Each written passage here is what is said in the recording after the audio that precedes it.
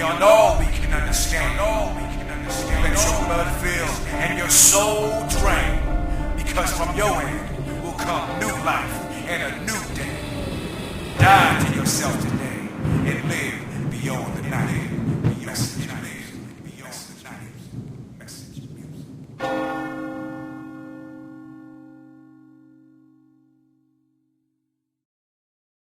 Israel has approved plans for further settlement expansion in East Jerusalem.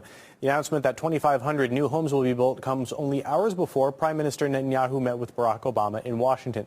The issue has long been a sticking point in peace talks between Israelis and Palestinians. Let's take a listen to how the White House spokesperson reacted. The United States is deeply concerned by reports that the Israeli government has moved forward with the planning process in the sensitive area, in a sensitive area of East Jerusalem. This step is contrary to Israel's stated goal of negotiating a permanent status agreement with the Palestinians, and it would send a very troubling message if they were to proceed with tenders or construction in that area.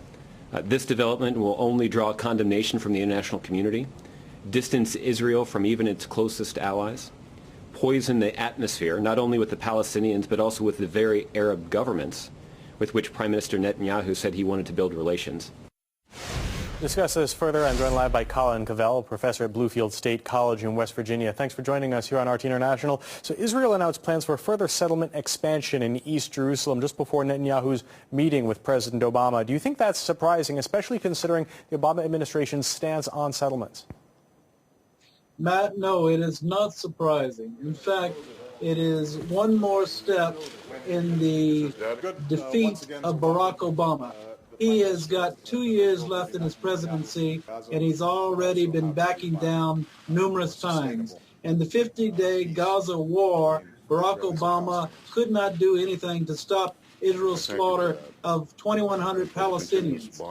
He tried to prevent U.S. troops going into Syria and Iraq for the last 2 years. Israel tried to get them involved just earlier this year. Now, with the creation of ISIS, they finally got U.S. military equipment, drones, bombing Iraq, bombing Syria, and Israel and Saudi Arabia are collaborating to heighten this war, to fuel this war, and it all shows that Barack Obama has a weakness in his last 2 years in his presidency. He is capitulating.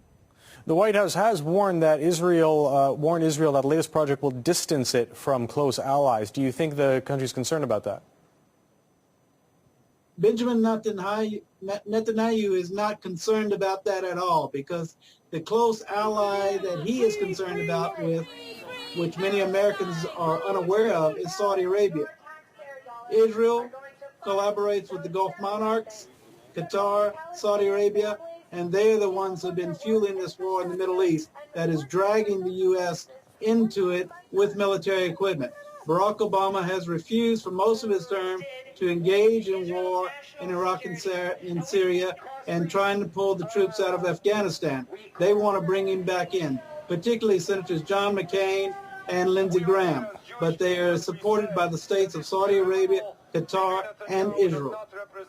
Now, Netanyahu has said that it's better to know the material before making these claims. Do you think it's one can assume that Israel is not going to back down from settlement expansion policies?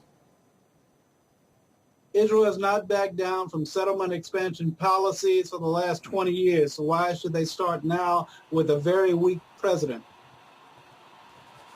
How much of a barrier is this dispute then to a two-state solution? Well, if you build a 2,500-unit housing complex and what the Palestinians consider the capital of their future state, then that's definitely a barrier to any type of peace accord. So Israel, as they've shown recently with the 50-day Gaza war, they have no desire for peace with the Palestinians. In fact, they only want to eliminate the Palestinians. On May 16, 2011, the New York Times published an op-ed titled "The Long Overdue Palestinian State" by Mahmoud Abbas, president of the Palestinian National Authority. In that piece, Abbas called for the United Nations to formally recognize a Palestinian state based on the pre-1967 borders, regardless of negotiations with the State of Israel. The article appeared just a few days before Barack Obama's much-anticipated speech on the Arab Spring, in which the president also tried to jumpstart peace negotiations between Israel and the Palestinian Authority. To reach an agreement on a two-state solution, Obama declared, Israel must agree to return to the pre-1967 borders, modified only by mutually agreed land swaps. Now, neither Mr. Abbas nor Mr. Obama can explain how anyone could have recognized a United Nations designated Palestinian state that Palestinian leaders and the Arab states themselves have rejected. Of the troubles in Ireland, the poet William Butler Yeats once wrote, "Great hatred, little room, maimed us at the start." In Palestine at the start, there was plenty of room, more than enough room, for a prosperous Jewish state and a prosperous Arab state. After World War I ended, with the dismantling of the Ottoman Empire, the League of Nations established the Mandate for Palestine, including all of the land that is now Israel, the West Bank, and the Gaza Strip, plus the entire territory east of the Jordan River, now called the Kingdom of Jordan. The area under the Mandate was as large as Syria and about half as large as Iraq, yet the total population at the time was less than 1 million, of whom 10% were Jews. It was in that vast, underdeveloped and underpopulated territory that the British had promised in the language of the 1917 Balfour Declaration to support the establishment in Palestine of a national home for the Jewish people. The declaration also promised that nothing shall be done which may prejudice the civil and religious rights of existing non-Jewish communities in Palestine. Open Jewish immigration to the Holy Land was encouraged, as was freedom of speech, religion, and assembly for the Arabs of Palestine, rights they had sorely lacked under Turkish rule. Mired for more than 2 centuries in backwardness and grinding poverty, Palestinians were never recognized by the Ottoman Empire as possessing any distinctive national identity. The Palestinians quickly took advantage of their new freedom to speak bluntly, demanding a stop to the Jewish immigration which had just begun. Said one Arab representative during the Paris Peace Conference, "We will push the Zionists into the sea, or they will send us back into the desert." Aref Pasha Dajani, a Palestinian leader from Jerusalem, warned that it is impossible to live with the Jews. In all the countries where they are at present, they are not wanted because they always arrive to suck the blood of everybody. If the League of Nations will not listen to the appeal of the Arabs, this country will become a river of blood. Well, as promised, blood did flow when the Palestinian demand to end Jewish immigration was not granted. Jerusalem was the first flashpoint for regular Arab attacks on Jewish communities in April 1920. Palestinians from nearby towns poured into the old city. The Muslim mayor of Jerusalem and other notables worked up the crowd to launch a jihad against the Jews. "If we don't use force against the Zionists and against the Jews, we will never be rid of them," urged newspaper editor Arif al-Arif. The crowd shouted back, "We will drink the blood of the Jews," shouting Islamic slogans like "Muhammad's religion was born with the sword." Thousands surged through the Jewish quarter and into West Jerusalem. The mobs vented their rage against any Jew they could find, burning and looting homes and stores, and even attacking British and Arab policemen. After several days of rioting, the final toll was 6 Jews dead, hundreds beaten, and widespread destruction of property. What became known as the Nebi Musa riot was the opening shot in a 90-year war to reverse the Balfour Declaration. And things soon got worse as the Allies, to assuage the fears of Arab monarchs, separated the land east of the Jordan River out of the total area accessible to Jewish immigrants and created the Emirate of Transjordan. Reconciling the aspirations of Arabs and Jews became far more tenuous after the Balfour Declaration had to be carried out in the truncated area of Palestine from the Jordan River to the Mediterranean Sea. There was now much less room and a great deal more hatred. The decades that followed were marred by perpetual violence against the Jews both in Palestine and in Europe. The two were often linked. Under the leadership of the Grand Mufti and President of the Supreme Muslim Council, Haj Amin al-Husseini, the Arabs of Palestine waged an endless jihad against their Jewish neighbors. When the British sent a royal commission to investigate a solution, the Jews, represented by Chaim Weizmann, pressed for a partition of the territory into 2 states, even if the territory assigned to the Jews was the size of a tablecloth. The Peel Commission's final report, published in July 1937, proposed such a division. The Jews were offered an independent state in a small enclave along the seacoast from Tel Aviv to the north of the country, constituting about 20% of the remaining mandate territory, while the Palestinian Arabs would get 80% for their own state. Desperate for any means to be able to bring in large numbers of the endangered European Jews, the Zionists reluctantly accepted the Commission's partition plan.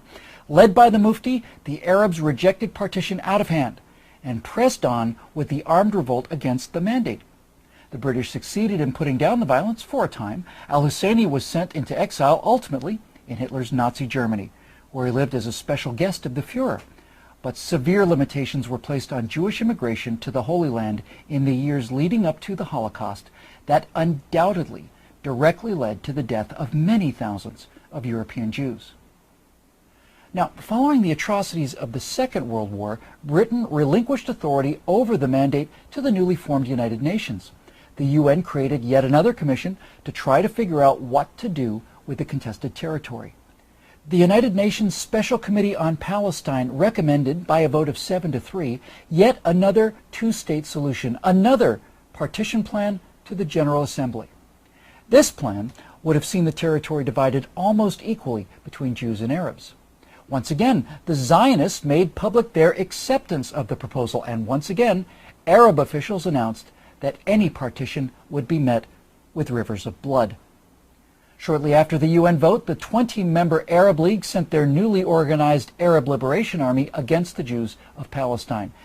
Elements of 5 regular Arab armies from Egypt, Jordan, Syria, Iraq, and Lebanon invaded Israel on May 15, 1948. Arab League Secretary General Abdul Rahman Azam vowed, "This will be a war of extermination and a momentous massacre, which will be spoken of like the Mongol massacres and the Crusades." But despite their overwhelming numbers and heated rhetoric, after a year of fighting, it was the Jewish state that had won a decisive victory. Based on the 1949 armistice lines, Israel's territory expanded by almost 40%. The Palestinian Arabs were the big losers. For the second time in 10 years, their leaders rejected a partition plan that would have given them independence and more land designated for their state than for the Jewish state. Instead, they ended up with nothing, and 650,000 Palestinians became refugees. Jordan's King Abdullah sent his Arab Legion to occupy the Palestinian West Bank and annex the territory to his kingdom. Egypt took the Gaza Strip and for the next 18 years denied Palestinians any civil rights. It never occurred to the rulers of Jordan or Egypt to create a state for the homeless Palestinians, nor did new Palestinian leaders like Yasser Arafat protest this occupation of their land by foreign rulers. Now, 3 times in the past decade, Israeli prime ministers have offered Palestinian leaders an independent state far more generous than anything Jordan and Egypt ever allowed when they controlled the West Bank and Gaza.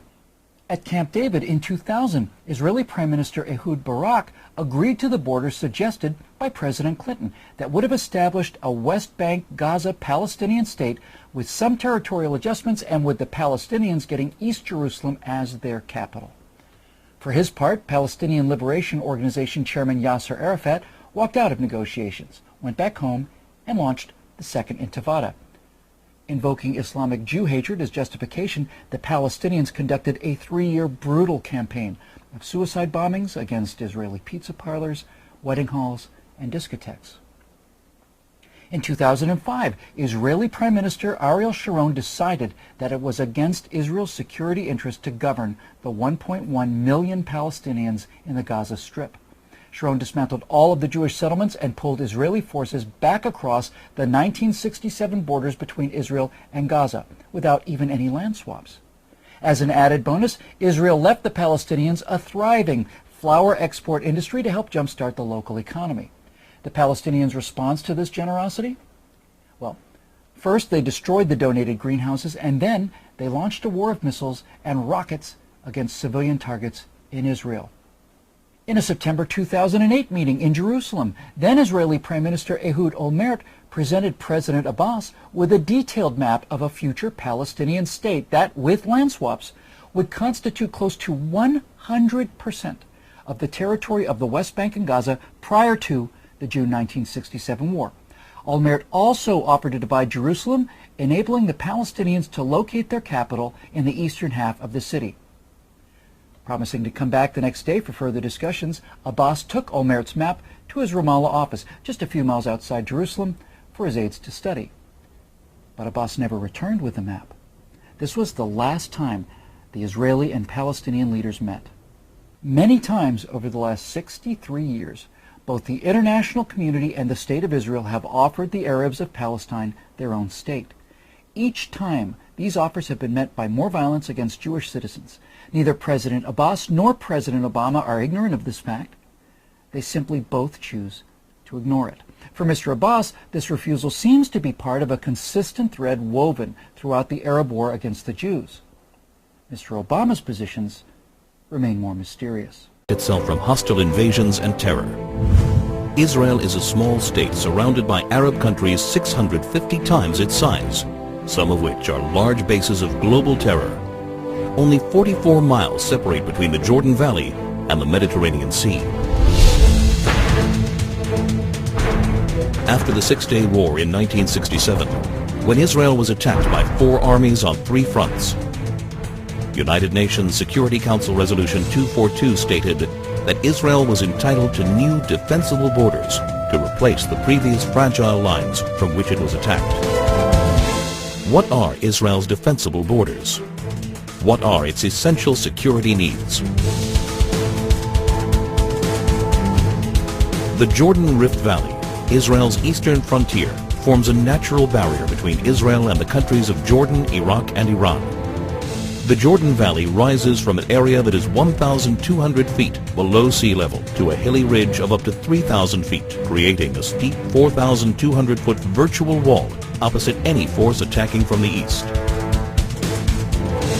The growing threat of global jihad activity near Israel's borders requires it to prevent infiltrations of terrorists and weapons. When Israel left the Philadelphia corridor in Gaza, it became a highway for the infiltration of terrorists and the flow of hundreds of tons of ammunition and weaponry from all over the Arab world, aimed at Israeli civilians. The Jordan Valley is the equivalent of Gaza's Philadelphia corridor in the West Bank.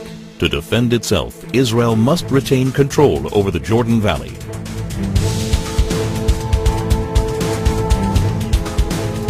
This is Israel's mountain ridge, rising up to 3,000 feet.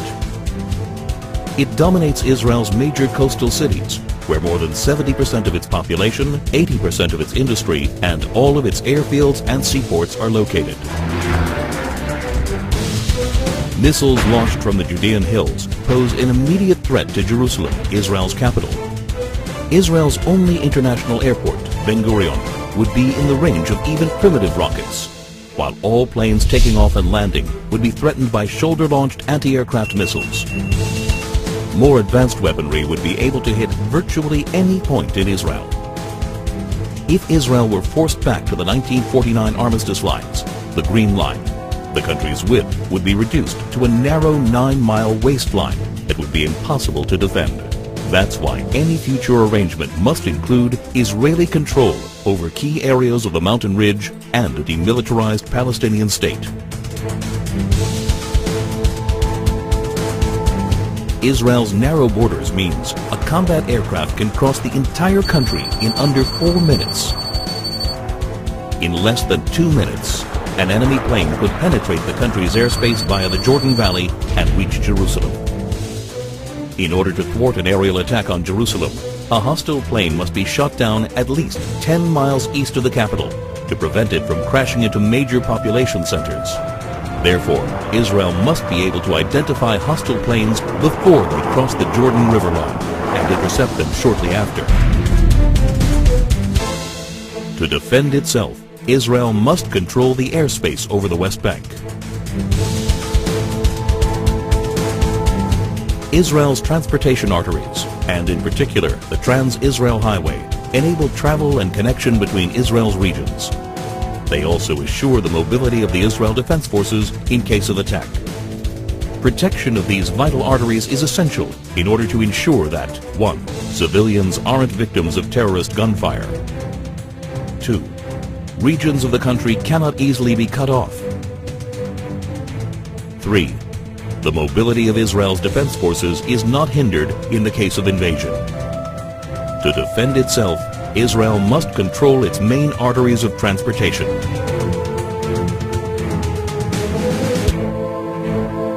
There is enormous uncertainty about future trends in the Middle East. Iran is determined to become the supreme power as the U.S. withdraws from Iraq. No one can guarantee the future of many of the current regimes in the region. Today, more than ever, it is crucial to ensure defensible borders for Israel. The Arab-Israeli conflict is presented in the media as a territorial dispute. A common argument asserts that in the territory of the present state of Israel, there used to reside a 1,000-year-old Arab-Palestinian people, which was forcibly evicted by the Zionist Jews. In order to evaluate these claims, we must examine the historical facts. We shall do this in what follows. It was the Romans who, in the 2nd century of the Common Era, first used the name Syria Palestina for Jerusalem and surrounding areas. It was an incorrect usage.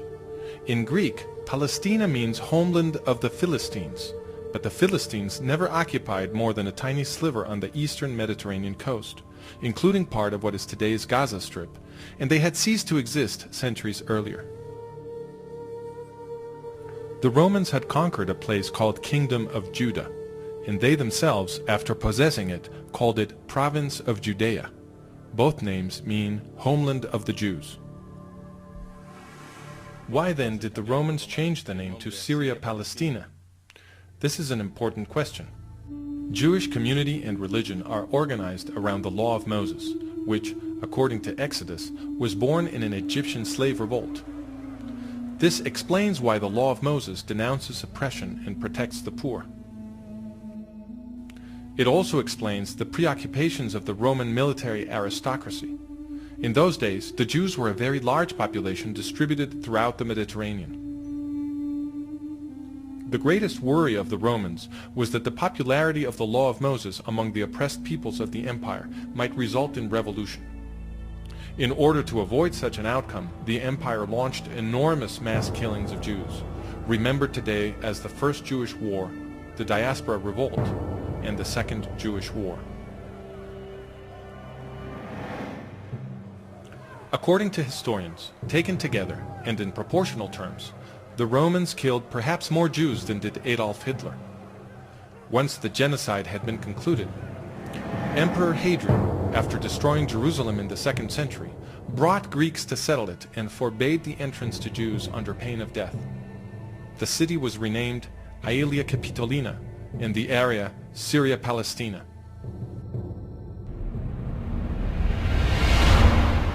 In political terms, Palestine means, there are no Jews here, nor do we allow them. Some Jews stubbornly remained in their Holy Land, and many others soon returned. The Romans informally continued to call the place Judea. With the passing of the centuries, the name Palestine was used less and less, and ceased to have a clear referent.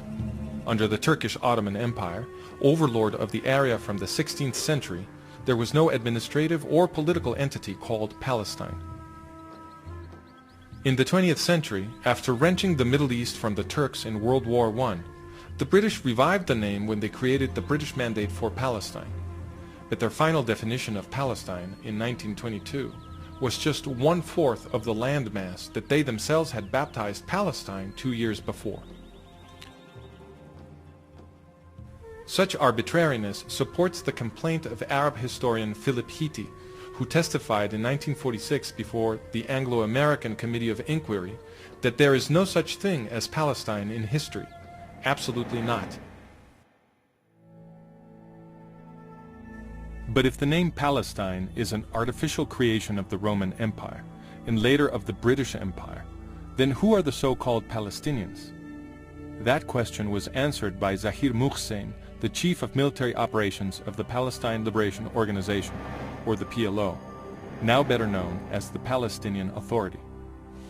In an interview with Dutch magazine Trouw, Muhsin explained, "We are all part of one people, the Arab nation. We are one people.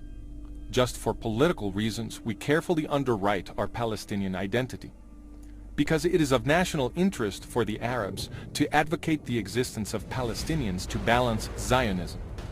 Yes, the existence of a separate Palestinian identity exists only for tactical reasons. The establishment of a Palestinian state is a new tool to continue the fight against Israel and for Arab unity. Why does Hussein say, a new tool to continue the fight against Israel? In war after war, the combined efforts of several Arab Muslim states were defeated by tiny Israel, again and again. So a new tool was needed, a political warfare strategy that combined terrorism with diplomacy to achieve what open warfare could not. But is Zahir Hussein saying that a Palestinian people with a presumed right to the land of the Jewish state was simply invented? The PLO charters appear to confirm this. In its first charter, dated 1964, the PLO defined Palestine in Article 2 with its boundaries at the time of the British Mandate. This is a reference to the second arbitrary definition of the British from 1922.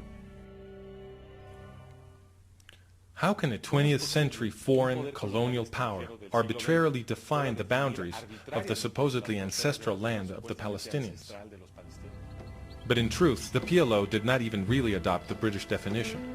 In Article 24, the PLO explicitly asserted that Judea, Samaria, and Gaza, the territories which it now claims for its desired state, were not Palestinian. Article 24. This organization does not exercise any territorial sovereignty over the West Bank, Judea and Samaria, in the Hashemite Kingdom of Jordan, or on the Gaza Strip. In 1968, the PLO rewrote its charter. This time, the definition of Palestine did not exclude Gaza, Judea, and Samaria, so the PLO was now claiming these territories. What explains the change? In 1964, when the PLO wrote its first charter, Egypt was illegally occupying Gaza, and Jordan was illegally occupying Judea and Samaria. But then the Arab states provoked the War of 1967, or Six-Day War, in which the Israelis captured the territories of Gaza, Judea, and Samaria, among others. It was after this that the PLO rewrote its constitution in 1968, this time including Gaza, Judea, and Samaria in its definition of Palestine. The borders of Palestine are therefore flexible and are redrawn to surround exactly the territory which Israel controls. In other words, the borders of Palestine are chosen merely so that it can be used as a tool to continue the fight against Israel. But if Palestine is a recent invention, and the same goes for the Palestinian identity, then where do the Arab Muslims now calling themselves Palestinian come from? Today, about 8 million people live in Israel. But the most reliable estimate about the 19th century puts the population of this area at 300,000. It was practically empty. And that is how 19th century travelers described it. For example, in the mid-19th century, the British consul complained that the area was empty of inhabitants. When Mark Twain visited, he remarked that in the Jezreel Valley there wasn't a single village to be found for 30 miles all around. And a visiting French author, Pierre Loti, wrote that cities and palaces had turned to dust. In a historical study, Karl Hermann Voss explained all this as a result of the Arab-Muslim conquest. In the 12.5 centuries between the Arab conquest in the 7th century and the beginnings of the Jewish return in the 1880s, Palestine was laid waste. Its ancient canal and irrigation systems were destroyed, and the wondrous fertility of which the Bible spoke vanished into desert and desolation. Under the Ottoman Empire of the Turks, the policy of desfoliation continued. The hillsides were denuded of trees and the valleys robbed of their topsoil. And the few people who lived there, who were they? A majority were Muslim, but they were divided by various identities, some of them violently opposed to each other, and none of them Palestinian. There were also small Jewish communities in the large settlements and in the villages of Galilee, and also large populations in Jerusalem, Hebron, Safed, and Tiberias. In Jerusalem, in fact, the Jews were a majority. A document from the British consulate dated 1859 states, "The Muslims of Jerusalem do not exceed a fourth of the entire population." In 1878, 2 years before the Zionist migrations began, the Ottoman Sultan launched a resettlement policy to bring foreign Muslims, mainly Circassians and Algerians.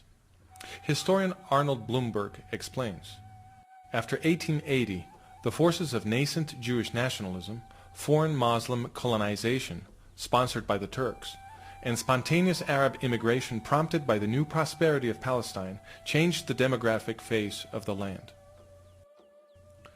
Given that starting in 1878, enormous waves of Muslim immigration began arriving in what was essentially an empty territory, it is obvious that the vast majority of those now calling themselves Palestinian do not have thousand-year-old roots in the place.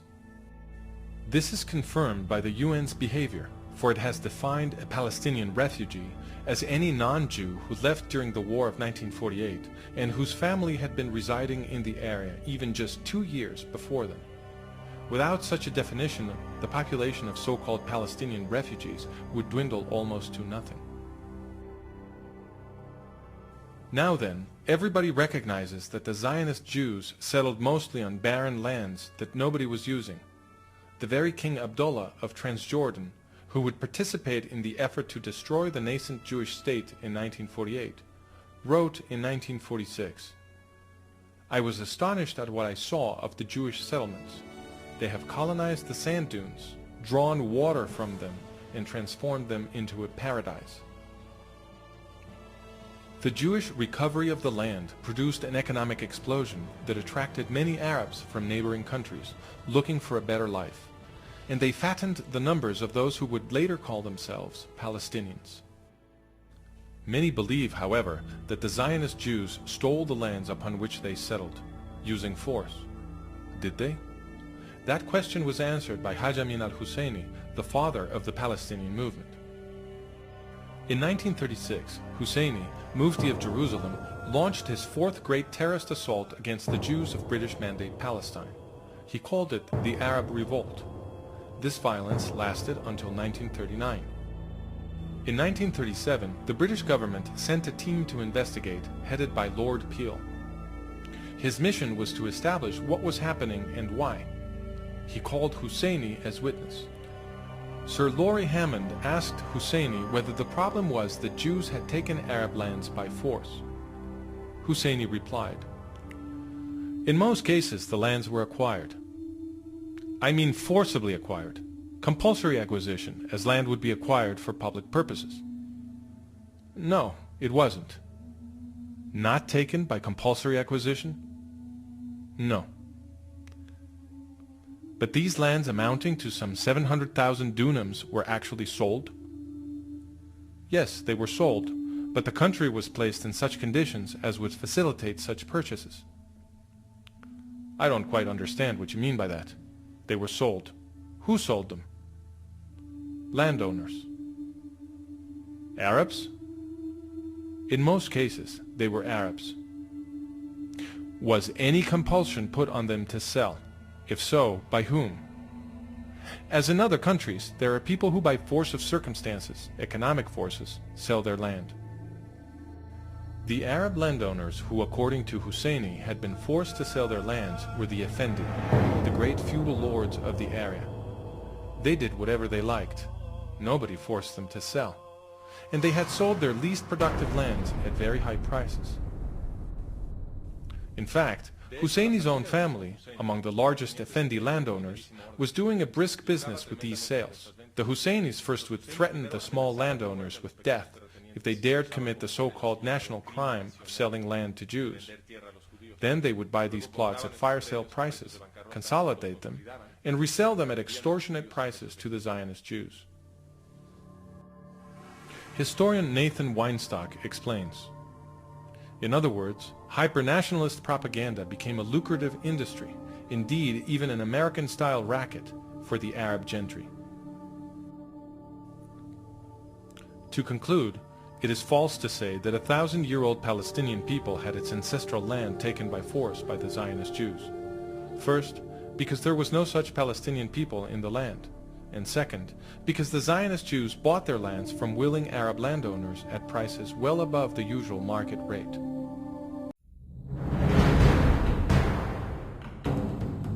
Over 2,600 years have elapsed since the prophet Daniel predicted a peace treaty between Israel and the end times man of sin.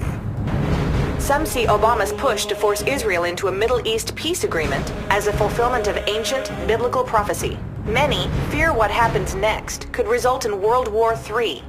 But Daniel warned the peace covenant would be deceptive and would lead to desolation. Just last week, Israeli government expressed anger over learning the United States had been gathering intelligence on them through the NSA. Another intelligence officer was assassinated this week, reportedly for obtaining information regarding the new peace deal. Some are pointing fingers at authorities within the United States government. And in that day I will make Jerusalem a burdensome stone for all people. All that burden themselves with it shall be cut in pieces.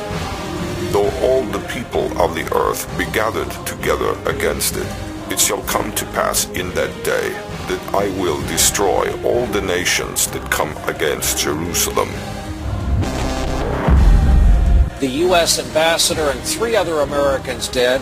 First ambassador murdered on the job in a generation. Fires of anti-Americanism are burning around the world tonight. Comes the compelling report revealing for the first time what New York Times best-selling author Tim LaHaye says is the deepest analysis of end times prophecies on what is about to happen next. And amid the chaos, clashes are on the rise, with Coptic Christians facing increased violence. Thousands continue to demand justice, and Christians say they will continue to protest until the government acts. In our time, the biblical prophecies are being realized. Did you know that there are very specific prophecies in the Bible concerning Israeli military strength in the end times? And did you know that those prophecies are being fulfilled today, indicating that we are living in the season of the Lord's return?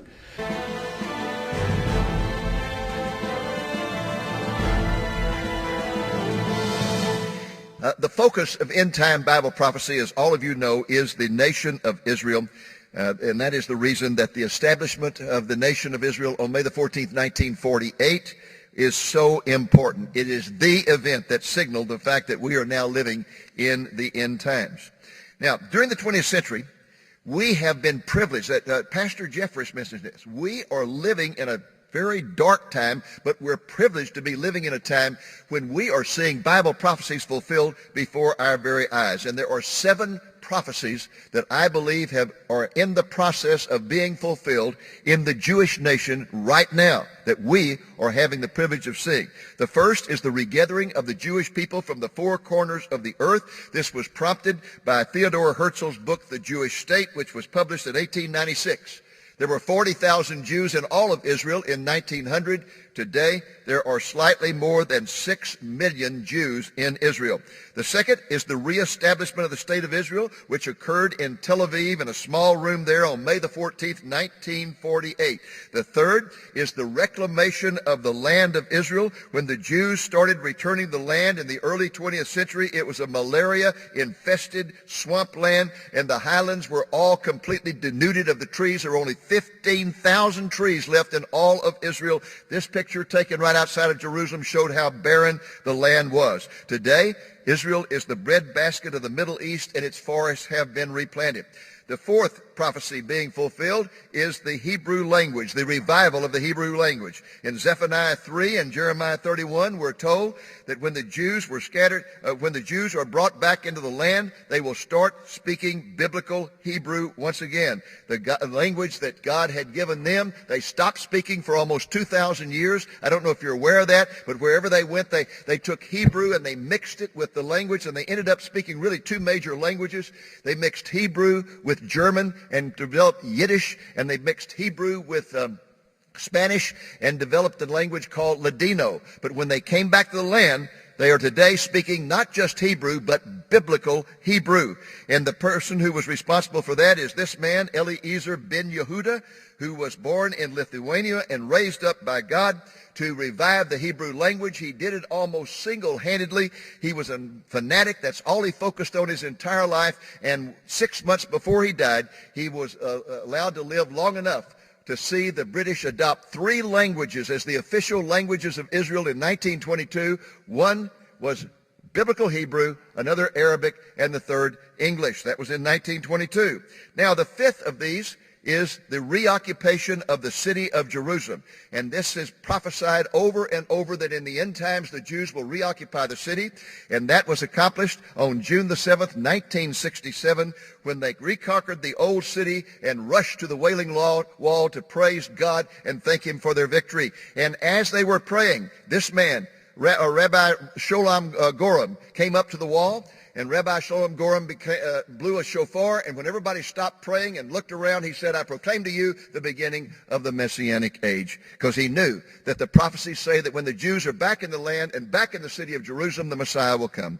The 6th is the resurgence of the Israeli military, the resurgence of the military.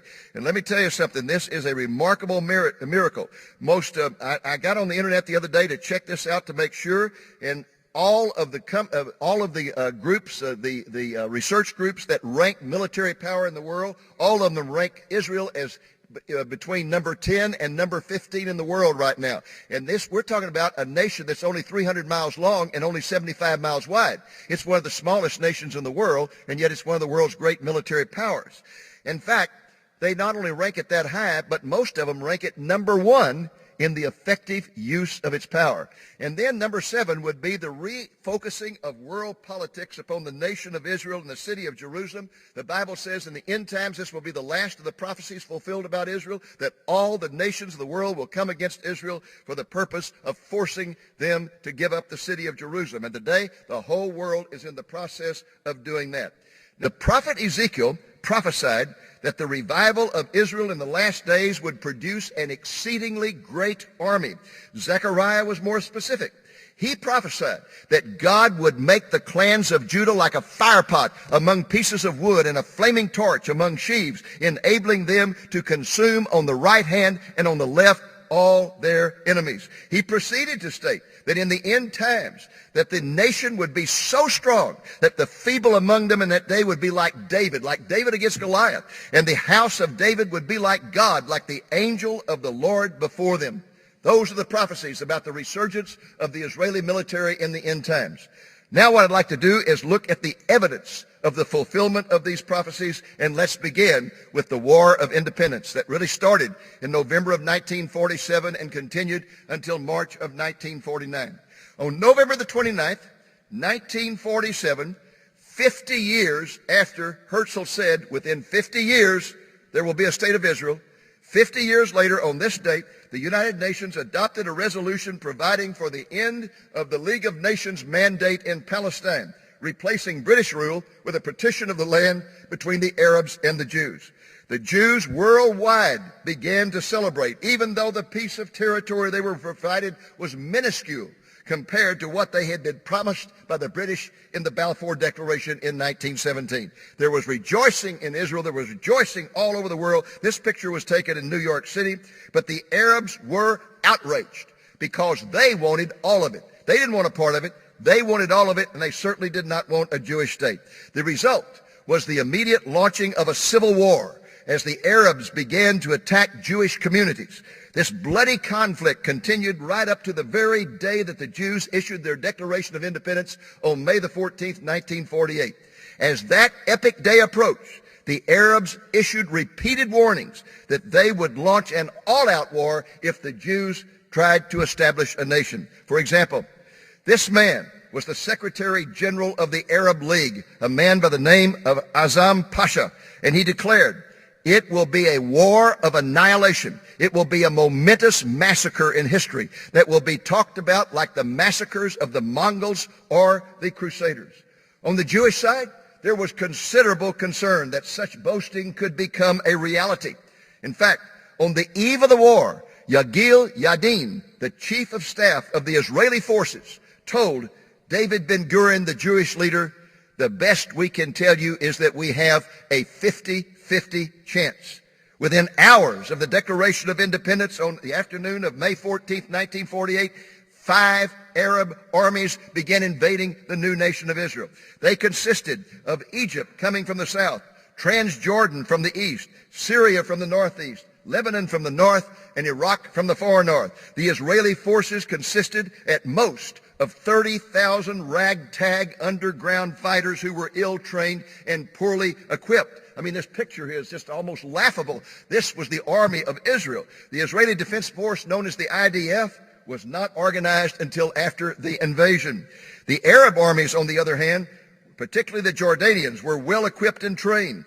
Egypt, Iraq, and Syria had air forces. Egypt and Syria had tank forces. All of them had modern artillery. The troops of Transjordan were led by a British general by the name of John Glubb, better known as Glubb Pasha.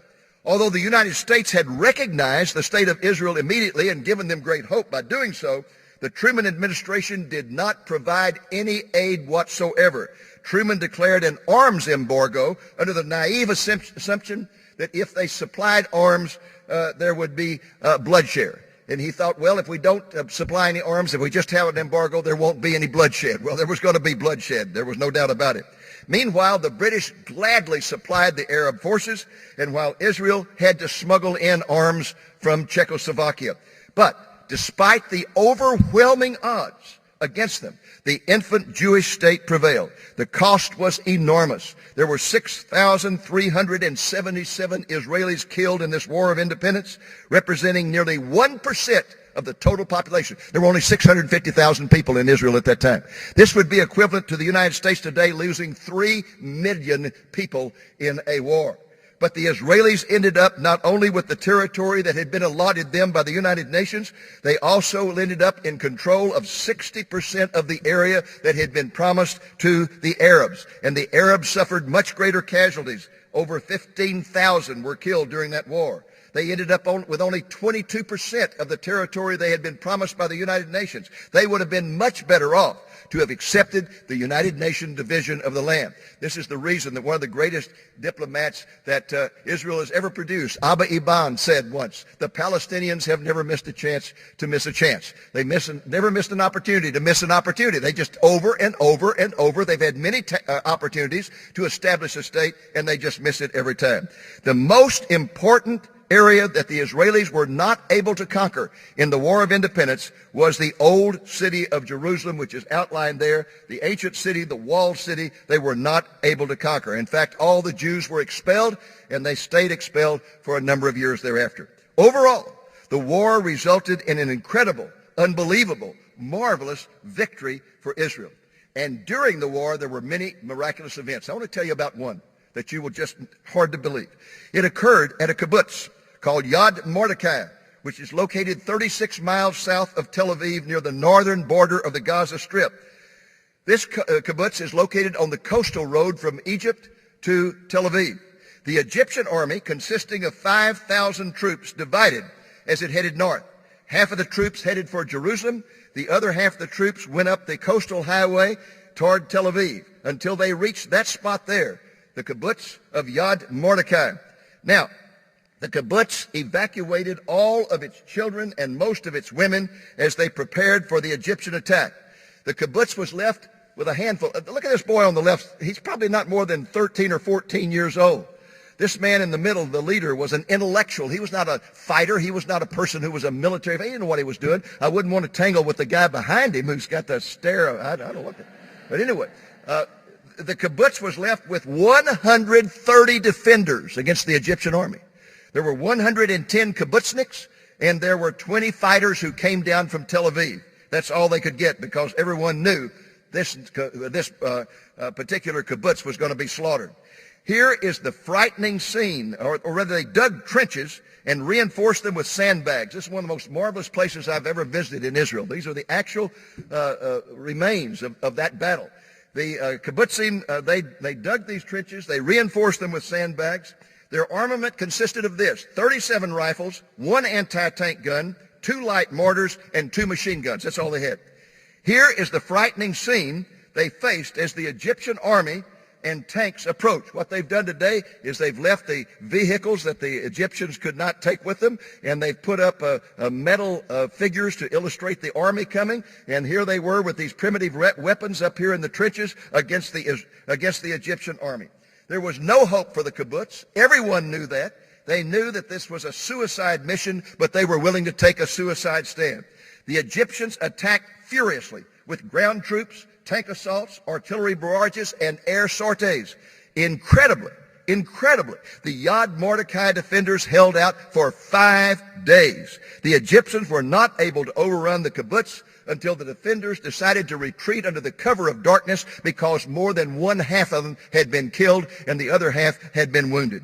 Over 300 Egyptian soldiers died in the battle, and the 5 days gave the defenders of Tel Aviv the time to prepare their defenses. Also, during that time, 4 Messerschmitt airplanes had arrived from Czechoslovakia and had been hastily assembled. They were used on May the 29th to stop the Egyptian army before it could reach Tel Aviv.